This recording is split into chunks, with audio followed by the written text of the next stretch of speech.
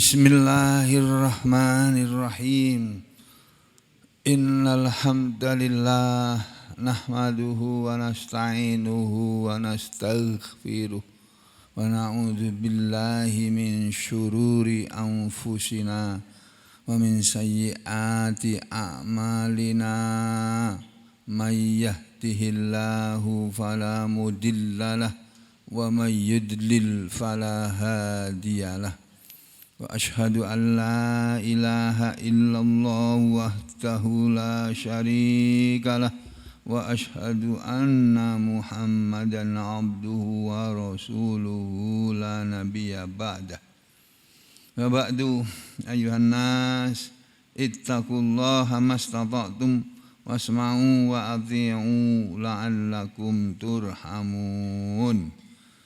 Para muslimin rahimakumullah, kita masih membicarakan ayat yang menerangkan bahwa kita semua ini diajari oleh Allah jangan menjadi orang yang rakus kepada dunia.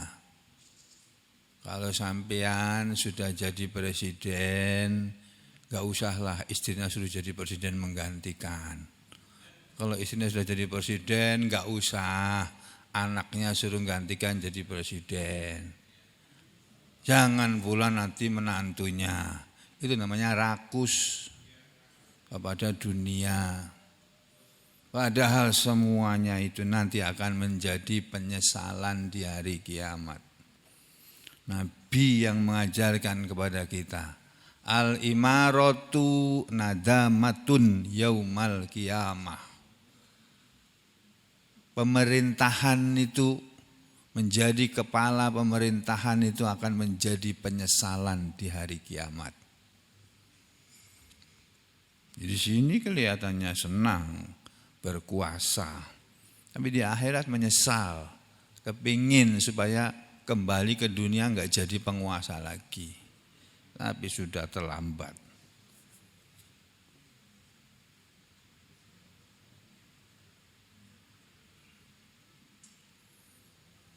Nah, Bapak-bapak, Ibu-ibu dan saudara sekalian, kemarin kita sudah sampai hadis yang menerangkan, yang berkaitan dengan ayat tersebut, yang mengajarkan jangan rakus kepada dunia, karena Rasulullah SAW pernah bersabda seperti ini.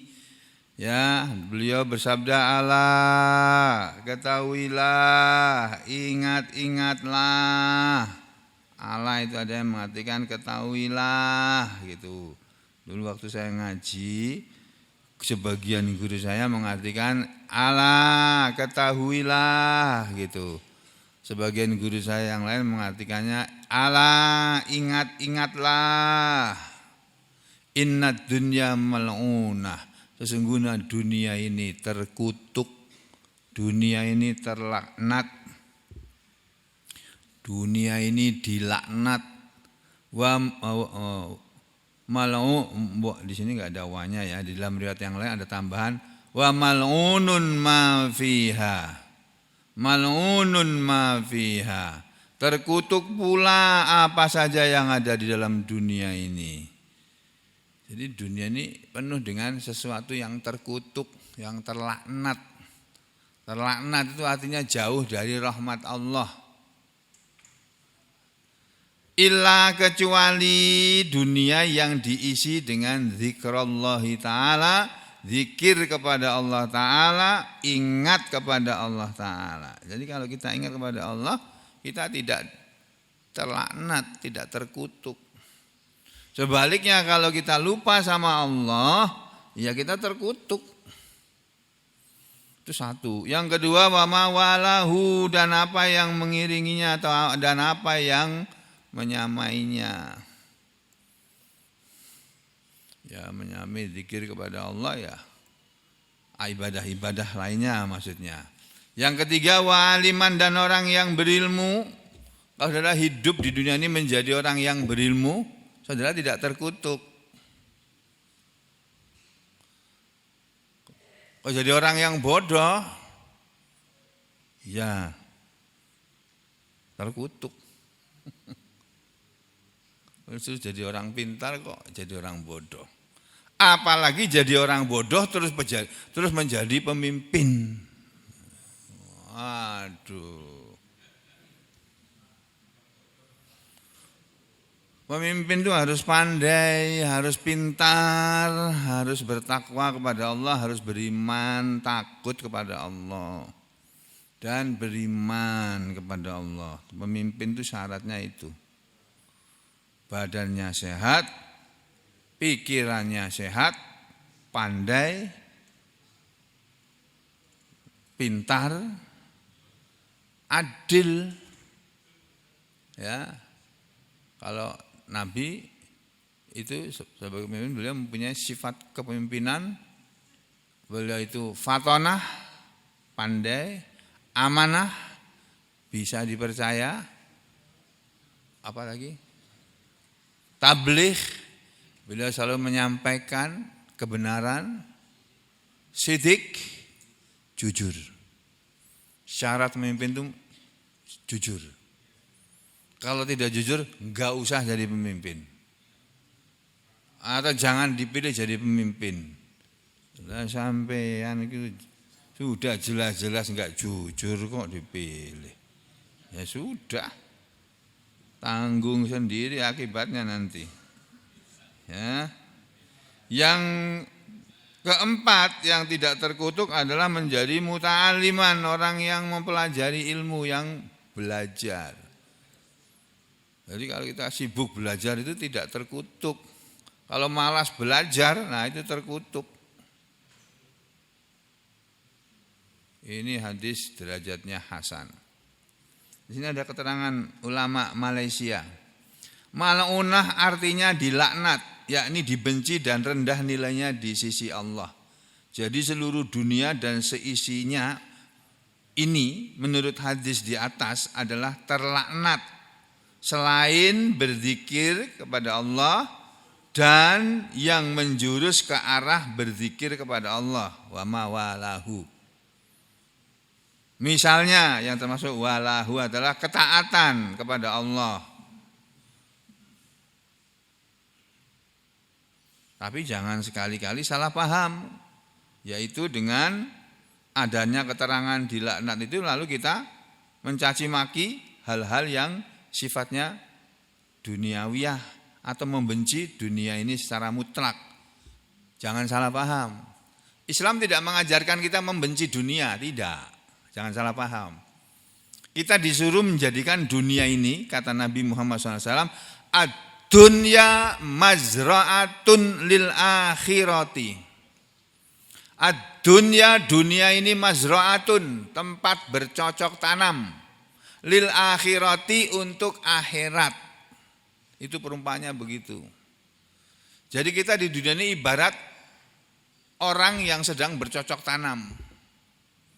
Menanam. Siapa menanam, dia akan menuai. Kan gitu.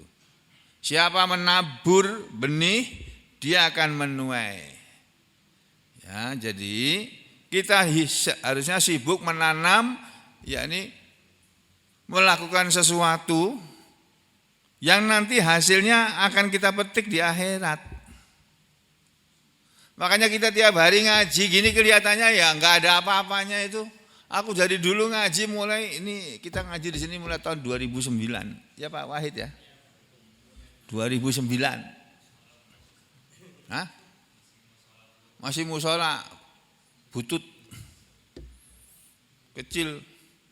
Saya malah lupa gambarnya tuh, katanya kalau ada dokumentasinya sekali-sekali ditampakkan. Ini masjid ini tahun sekian, itu dirubah lagi menjadi lebih bagus tahun sekian. Ada lagi yang kepengen merubah lagi, dirubah lagi jadi bagus lagi. Yang terakhir yang seperti ini. Jadi aku dari dulu ngaji begini-begini aja tuh enggak sugih-sugih. Memang sampean ngaji mau sugih. Kalau mau sugih itu jadi politikus, jadi koruptor, sugih sampean. Kalau jadi santri jangan harap sugih. Kalaupun ada santri yang sugih itu karunia Allah. Tambahan. Santri itu umumnya gudiken. Kalau zaman dulu. Kalau mondok di pesantren tuh gudiken. Orang Jawa bilang gudiken. Kena penyakit gatal-gatal itu loh. Kudisan. Itu kan zaman dulu. Sekarang pesantren sekarang, Masya Allah, apalagi pesantren modern. Tempatnya anaknya Mbak Mariana atau Pak Suharjito. Mbak Mariana mana Mbak Mariana? Bu Suharjito mana? Pak Suharjito mana? Baik. Nah, anaknya Lina tuh yang ngomong itu. Itu pesantrennya tuh bayar berapa Lin? Hah? 38 per 38 juta per bulan. Waktu masuk pertama kali 38 juta per bulannya 2 juta 900. 2 juta ya, enggak sampai 3 juta ya. Berarti 1 semester 6 bulan berapa? Hah? Kali 6 ya? Berapa itu Pak? 18. Sama dengan kuliah di Fakultas Kedokteran itu. Masya Allah, pesantren kok segitu. Gun, berapa Gun kamu Gun waktu bayar sahriyah Gun? Mana Gun? Astagfirullah, yang ku cari hilang semua. Oh ada ngajar. Fuadi mana Fuadi? Ngajar. Torik berapa Rik? Di pesantrenmu waktu sekolah kamu? Sebulannya berapa? Sahriyahnya berapa? 500 ribu itu yang wajib. Infak fisabilillahnya minimal 40 ribu minimal ya. Apa lagi? Udah. Nih pondok pesantren tempat anakku mondok juga. Mungkin satu-satunya pesantren di Indonesia yang paling murah. Selain yang gratis loh ya. Karena ada pesantren yang gratis. Karena apa? Gratisnya bukan karena pesantren itu yang gratisin. Ada donatur dari luar sana. Luar Indonesia sana.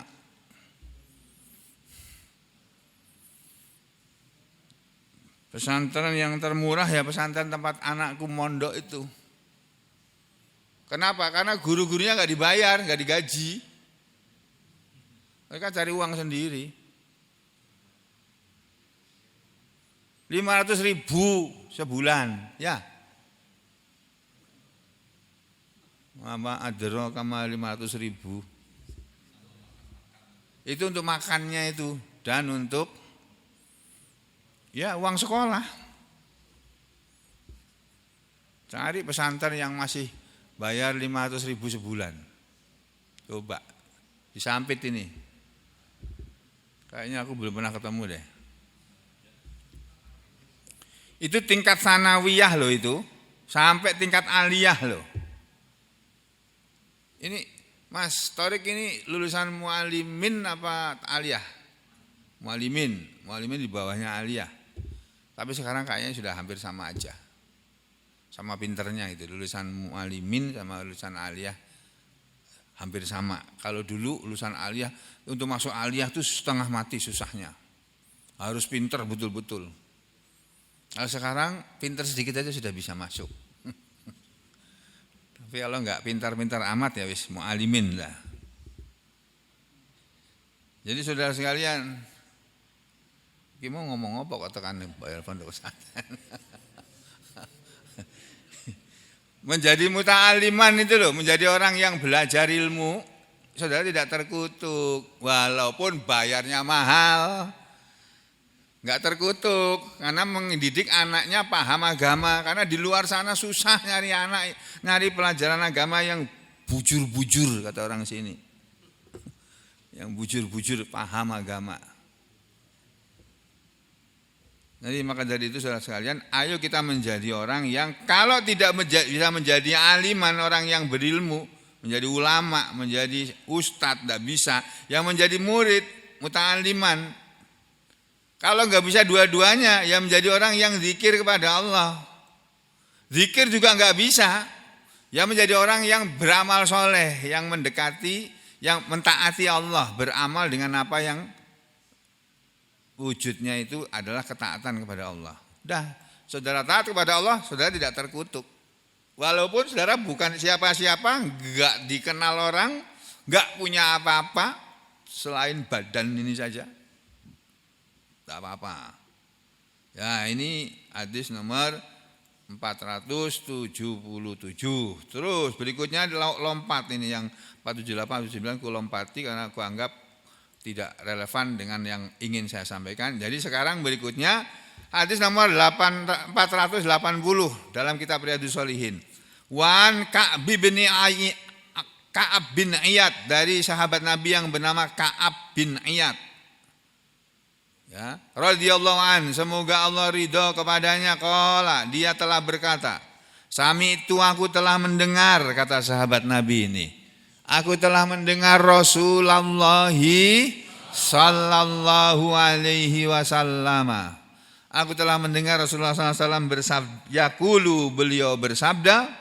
Ini sabda Nabi, ini yang perlu dikasih tanda warna biru karena ini matan hadisnya. Inna, sesungguhnya, likulli ummatin, untuk setiap umat itu fitnatan, ada fitnahnya, ada ujiannya.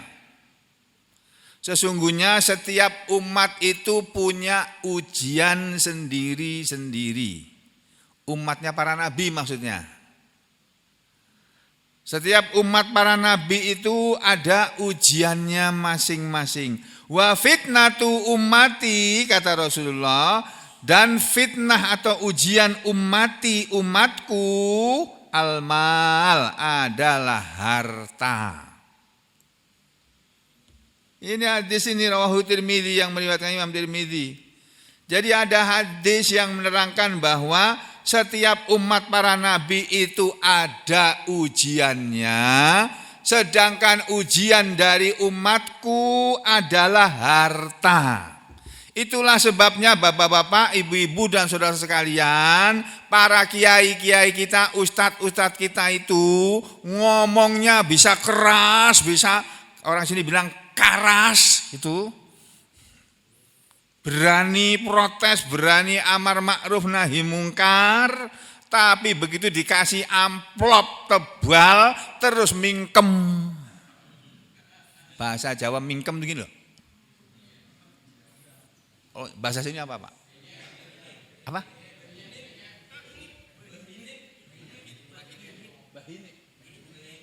Bahinip. Baru tahu aku.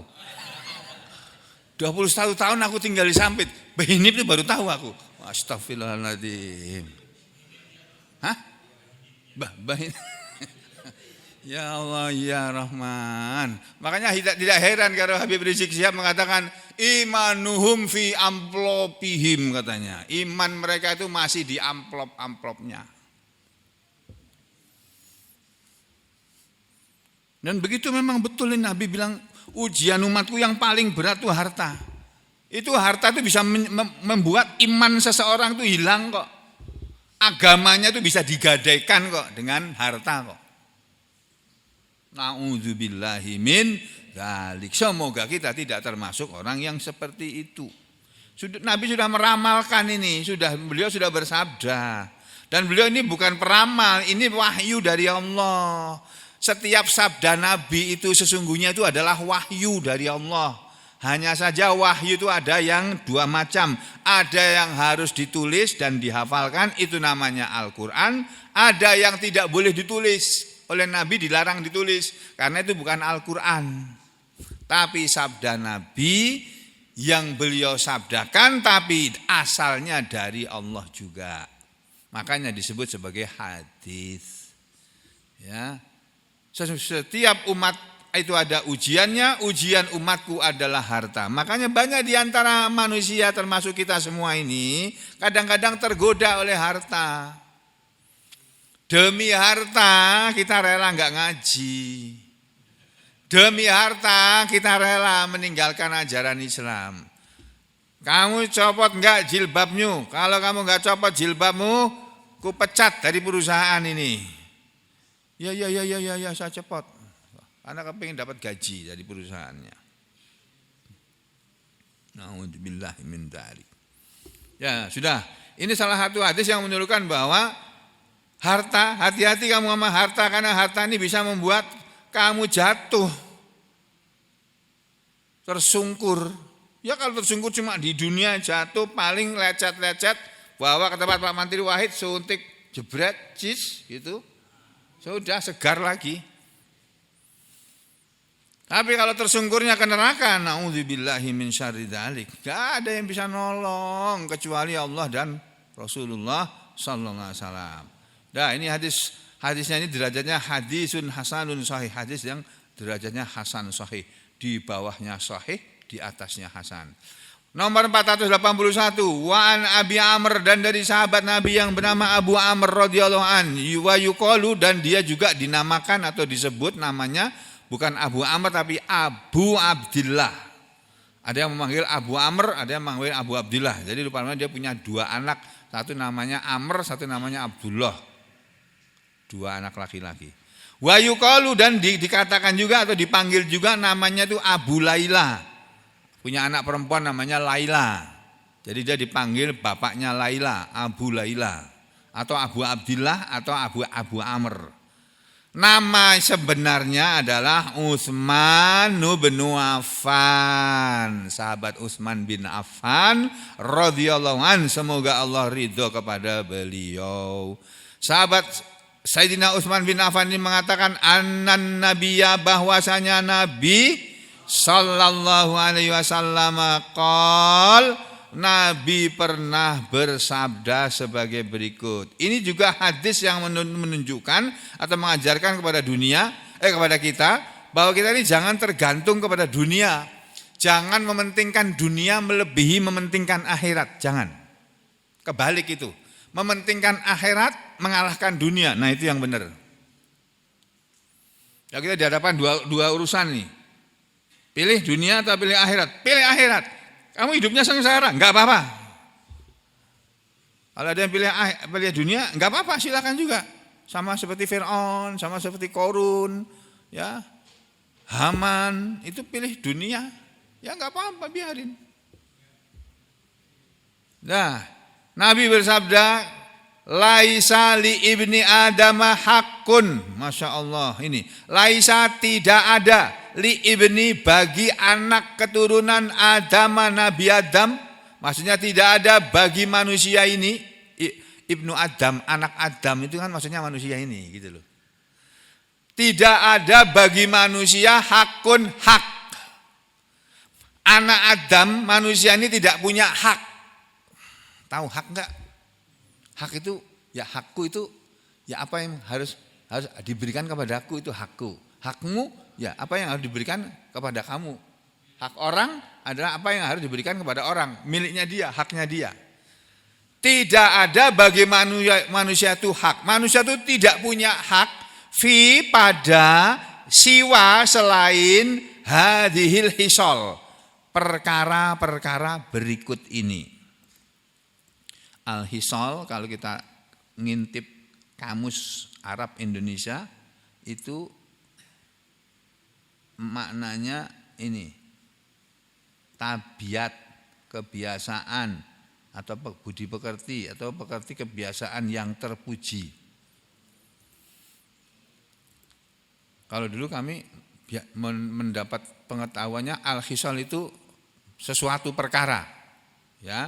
Tidak ada bagi manusia ini hak selain dari perkara-perkara berikut ini, yaitu baitun, rumah, yang yaskunuhu, dia menempatinya. Manusia itu tidak punya hak hidup di atas bumi Allah ini kecuali rumah. Boleh dia cari rumah, boleh dia punya rumah untuk dia tinggal di dalamnya. Itu haknya. Hak setiap orang adalah punya rumah. Makanya kalau saudara jadi presiden, kata Pak Prabowo yang konon sudah menang Belum pengumuman menang Pilpres? Belum. Baru pengumuman angka perolehan yang tertinggi dalam Pilpres ini diperoleh oleh pasangan Prabowo Gibran. Tapi belum diumumkan sebagai pemenang. Ketua KPU bacanya tidak, pemenangnya adalah, bukan gitu loh. Baru pembacaan hasil real count-nya. Pengumuman menangnya belum. Makanya masih digugat ini di MK. Yang digugat bukan Prabowo dan Gibrannya, bukan, yang digugat KPU-nya. Wes, pinter nih tim pengacaranya 01 ini. Kalau yang digugat Prabowo dan Gibran ngalih sudah, enggak akan bisa. Yang digugat KPU-nya. Nanti akan dibuktikan bahwa KPU itu tidak adil, tidak profesional, melanggar etik, melanggar konstitusi. Sehingga harapannya apa yang menjadi keputusan KPU harus dibatalkan demi hukum. Weh, apa pernah gue? Itu kalau hasil sidangnya seperti itu. Ya kita menjadi penonton saja kok. Gak ada urusan kita dengan seperti semuanya itu. Kita gak punya andil apa-apa. Gak ikut-ikutan. Nah, kembali ke sini ya. Manusia itu hidup di dunia ini tidak punya hak kecuali rumah.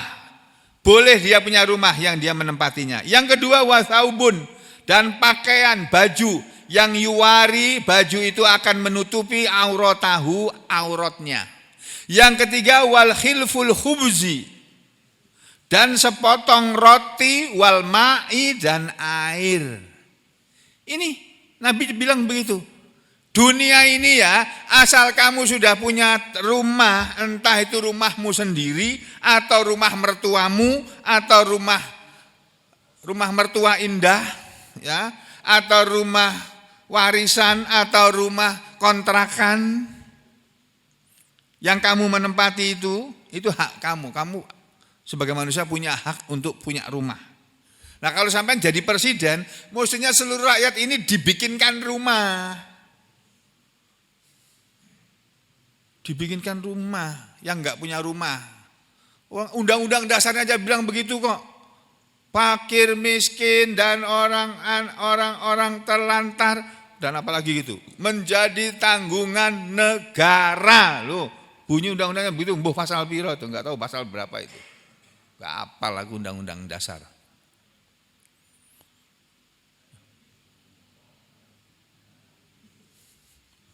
Jadi saudara, kita tidak punya hak hidup di dunia ini kecuali rumah yang kita tempati, 2 baju yang kita pakai, 3 makanan yang kita makan walaupun cuma bisa makan sepotong roti sama air. Dah.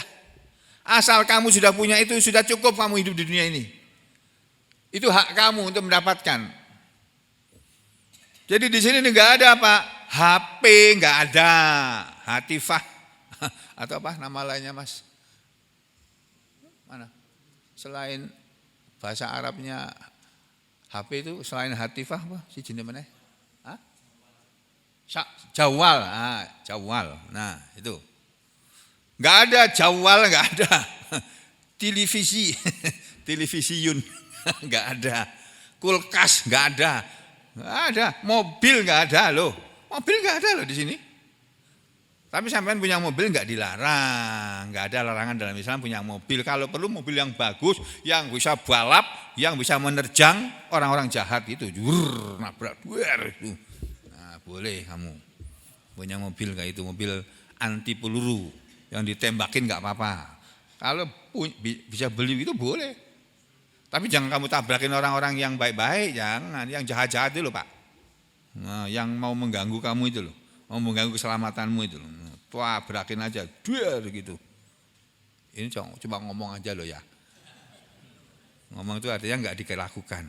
Karena kalau cuma ngomong aja, mau ngomong apa saja, asalkan tidak melanggar hukum itu enggak kena tuntutan. Tapi kalau sudah berbuat, nah udah. Sampean punya mobil tabrakan orang betul, oh kena hukum sampean. Nah kembali ke sini ya. Jadi kalau kita sudah punya rumah untuk kita tinggali, pakaian kita pakai, makanan kita makan, udah cukup itu. Nggak punya yang lainnya nggak apa-apa. Termasuk bini nggak ada di sini nih, nggak ada. Kalau mau ya kalau kamu perlu bini, kamu cari bini. Kalau nggak perlu bini bisa hidup sendiri, ya nggak apa-apa. Imam ini loh, penulis kitab ini, Imam Nawawi, An-Nawawi, ini sampai meninggal dunia beliau nggak punya istri ini. Beliau meninggal umur 44 tahun. Tapi karyanya, Masya Allah, sampai hari ini dibaca oleh para ulama di seluruh dunia. Termasuk kitab Riyadhus Shalihin ini, kitab Syarah Muslim, kitab fikih Al-Majmu' Asy-Syarhul Syarhul Muhadzab atau apa namanya itu. Imam Nawawi itu sampai meninggal dunia enggak menikah. Imam Al-Ghazali penulis kitab Ihya Ulumuddin itu, beliau tidak menikah dan beliau menerangkan keutamaan orang yang tidak menikah. Beliau tulis dalam kitabnya itu. Beliau bangga tidak menikah. Kenapa? Karena bikin ribet. Punya istri itu bikin ribet. Menurut beliau begitu. Bikin enggak bisa fokus ibadah. Ganggu. Itu menurut pendapatnya beliau. Tapi yang jadi panutan kita dalam hidup dalam beragama ini kan bukan Imam Nawawi, bukan Imam Al-Ghazali dan lain-lain. Tapi panutan kita adalah Nabi Muhammad Sallallahu Alaihi Wasallam. Beliau itu bukan hanya punya rumah, walaupun rumah beliau cuma sepetak, ukuran panjang kali lebar dan tingginya itu kira-kira sepanjang tubuh beliau. Ya, walaupun beliau meninggal dunia tidak meninggalkan satu dirham pun dan satu dirham pun kecuali beberapa takar gandum, kata Aisyah. Tidak meninggalkan tanah kecuali, tidak meninggalkan harta kecuali yang sudah disiapkan untuk sedekah, untuk diwakafkan. Ya. Nabi kita itu punya istri, bukan hanya satu istrinya. 9 orang, bahkan beliau pernah menikah sampai menurut riwayat sampai 13 kali, menurut riwayat yang lain sampai 15 kali beliau menikah.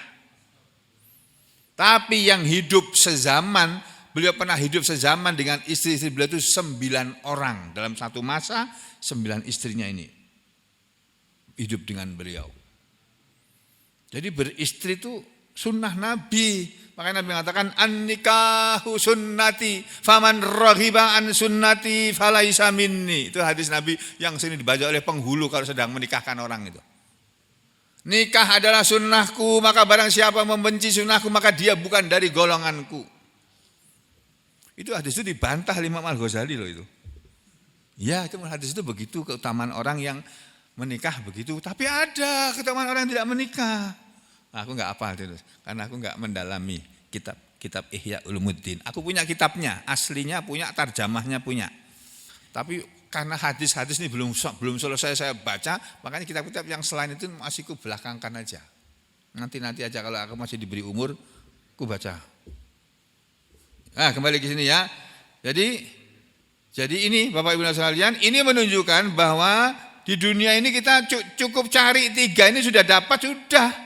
Kalau masih bisa cari yang lainnya yang kamu perlukan. Kamu kerja, tempat kerjamu jauh. Kalau jalan kaki ya enggak mungkin. Kerjanya, rumahnya di Jalan Kanggang Kelapa, ya, tempat kerjanya di Kota Besi. Terus setiap hari jalan kaki. Potul kakinya lama-lama. Potul itu bahasa Solo. Putus. Jadi ya boleh cari sepeda motor. Tapi kalau bisa jangan dit jangan sepeda motor yang bunyi begitu. Alias kredit dit jangan. Beli yang kontan. Suruh orang, caranya menghindari kredit biar tidak kena bunga, itu suruh bayarin orang, terus kita bayar sama dia, gitu loh. Itu namanya, kalau sekarang namanya leasing. Tapi leasing yang sekarang itu juga masih ada bunganya itu. Astagfirullahaladzim. Salah bukuran itu. Kita lanjutkan aja sudah. Ini hadisun sahih. Ini hadis sahih. Berikutnya hadis nomor berapa ini? Nomor 482.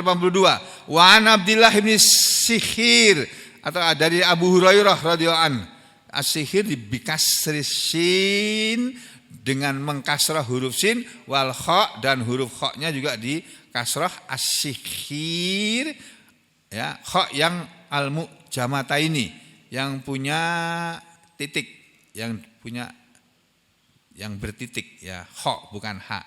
Jadi dari Abdullah bin As-Sikhir, ini Abu Hurairah ya, radhiyallahu an, semoga Allah ridha kepadanya, annahu bahwasanya Abu Hurairah telah berkata, ataitun nabiyya, aku pernah mendatangi Nabi sallallahu alaihi wasallam, wa huwa yaqra'u, dan waktu aku datang ke rumah Nabi, beliau sedang membaca alhaakumut takatsur hatta zurtumul maqabir kalla saufa ta'lamun thumma kalla saufa ta'lamun kalla law ta'lamuna ilmal yaqin latarawunnal jahim thumma latarawunnaha ainal yaqin thumma latus'alunna yawma idzin 'anin na'im.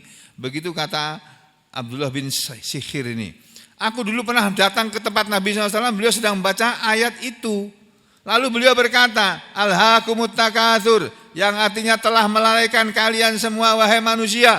At-takatsuru, berbanyak-banyakan. Kalian sibuk berbanyak-banyakan harta, kalian sibuk berbanyak-banyakan pengikut, kalian sibuk berbanyak-banyakan anak buah atau pendukung, sampai lalai beribadah kepada Allah. Padahal tugas utama kalian sebagai manusia adalah beribadah kepada Allah. Ya, telah melalaikan kalian semua wahai manusia, berlomba-lomba berbanyak-banyakan harta, ya, hatta zurtumul maqabir, sampai kalian menziarahi kubur-kubur, sampai kalian mati. Kala Nabi bersabda dalam rangka menerangkan ayat ini, apa yang disebut dengan melalaikan orang dari beribadah kepada Allah karena berbanyak-banyakan itu tadi.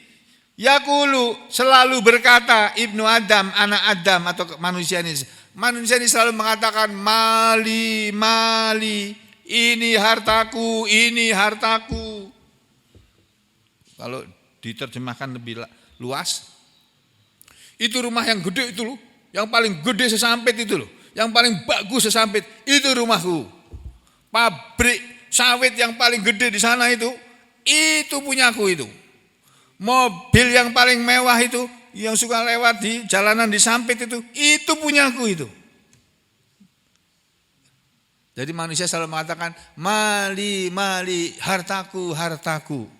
Nabi mengatakan, wahal, dan adakah laka, milikmu, apakah milikmu ya ibna Adam, wahai anak Adam, min malika, dari yang kamu bilang hartamu tadi, illa, hal ini artinya tidak. Wahal laka ya ibna Adam, dan tidak ada milik kamu wahai anak Adam, min malika, dari hartamu, illa, kecuali ma akalta, apa yang sudah kamu makan, fa'afnaita, lalu kamu habiskan. Milik kamu kalau itu wujudnya makanan adalah yang sudah kamu makan sampai habis. Yang belum habis, yang kamu simpan di lemari es, yang kamu simpan di meja makan, yang kamu simpan di lemari makan, yang kadang-kadang aku nyimpan di atas lemari es, lupa, busuk. Ya. Kata Nabi, yang kamu makan dari barang-barang yang berupa makanan, itu yang sudah kamu makan sampai habis. Yang belum habis itu bukan punya kamu. Itu kalau makanan. Atau labista, apa yang sudah kamu pakai, fa'ablaita, lalu kamu rusakkan. Pakaian yang kamu pakai sampai rusak, itu pakaian kamu. Yang belum rusak, yang kamu sayang-sayang, yang kamu simpan di lemari. Saya kemarin beberapa waktu yang lalu saya pernah mampir di sebuah mall di Jakarta, ada pameran batik. Ada pameran batik, coba lihat nih. Batik kok bagus-bagus ya. Aku di Solo, orang Solo, di Solo kan kota batik. Aku belum pernah lihat batik kayak begini. Berapa sih harganya? Aku lihat begini, 25 juta. Hah, baju kayak gini aja 25 juta? Ya Allah. Ternyata ada Pak, 25 juta. Wah, get aku. Rasa nggak tertarik, nggak jadi beli aku. Memang nggak suka beli aku. Ya, jadi saudara, yang kamu pakai, kalau itu segala sesuatu yang bisa dipakai, apakah itu baju, apakah itu mobil, motor, sepeda, dan sebagainya, yang bangsa-bangsa yang dipakai itu, segala sesuatu yang sifatnya dipakai. Yang milik kamu adalah yang sudah kamu pakai sampai rusak. Yang tidak kamu pakai, yang kamu simpan-simpan, itu bukan punya kamu itu. Nanti kalau kamu mati jadi ahli waris, punya ahli waris. Makanya kalau sampean punya mobil, pakai sampai rusak. Enggak usah beli banyak-banyak. Beli satu yang paling bagus, yang larinya paling laju, asal bisa ngopeni, asal bisa melihara. Karena kalau mobil makin mahal, pajaknya juga makin tinggi. Tuh.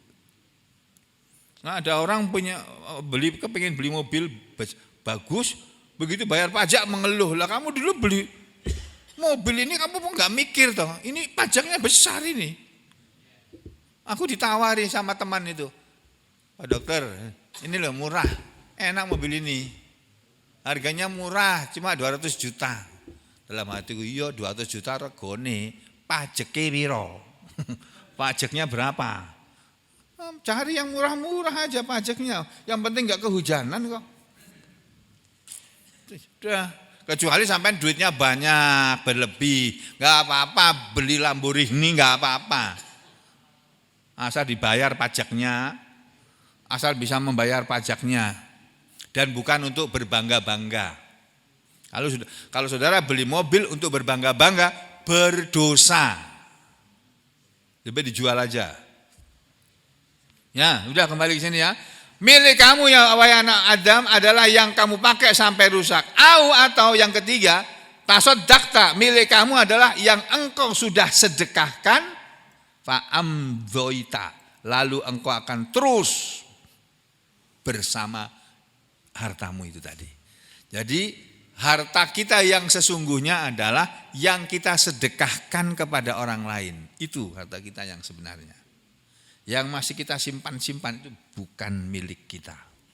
Itu filosofi Islam. Tidak ada ajaran seperti itu kecuali dalam Islam. Silahkan saudara pelajari agama Konghucu, pelajari agama Katolik, pelajari agama Kristen Protestan, Hindu, Buddha, dan seterusnya. Gak ada seperti yang diajarkan oleh Islam. Saya dengar artis yang namanya Dian Sastro. Ya, saya sekali-sekali juga kenal tuh artis-artis itu. Dia mualaf, menyatakan masuk Islam setelah mempelajari semua agama. Asalnya dia agamanya Katolik. Dia sudah pelajari semua agama, akhirnya dia putuskan masuk Islam. Alhamdulillah, mudah-mudahan betul. Istiqomah terus dan makin hari makin baik. Karena sampai hari ini saya lihat belum pakai jilbab. Ya, belum pakai jilbab. Ya, jadi saudara sekalian, ya semoga sidin beliau nanti suatu saat terbuka hatinya, menutup auratnya. Perempuan-perempuan artis-artis itu kalau pakai jilbab juga tetap cantik kok. Kelihatannya. Ya. Enggak pakai jilbab ya kelihatan tadi, pakai jilbab juga tambah cantik, tapi kadang-kadang kalau hatinya belum dapat hidayah ya berat pakai jilbab. Nah, kembali ke sini ya saudara. Jadi harta kita yang sesungguhnya adalah yang kita pakai sampai rusak, yang kita makan sampai habis, yang kita sedekahkan kepada orang. Itu harta kita yang sebenarnya. Yang lainnya itu bukan milik kita. Ya, itulah ajaran dari Nabi Muhammad SAW yang mengajarkan kepada kita untuk tidak mementingkan harta. Makanya Nabi kemarin bilang kan, kalau aku punya emas, uang dinar sebesar gunung Uhud, tidak akan lama di rumahku sampai lebih dari 3 hari, kecuali sudah habis ku sedekahkan. Itu baru aku senang. Kalau masih tersisa, aku enggak senang. Itu Nabi kita. Masya Allah. Beliau tidak terikat hatinya kepada harta. Nah, pertanyaannya, apakah kita sudah bisa jadi orang yang seperti itu? Jangan dijawab di sini, renungkan diri kita masing-masing. Jawabannya kita renungkan sendiri-sendiri, ya.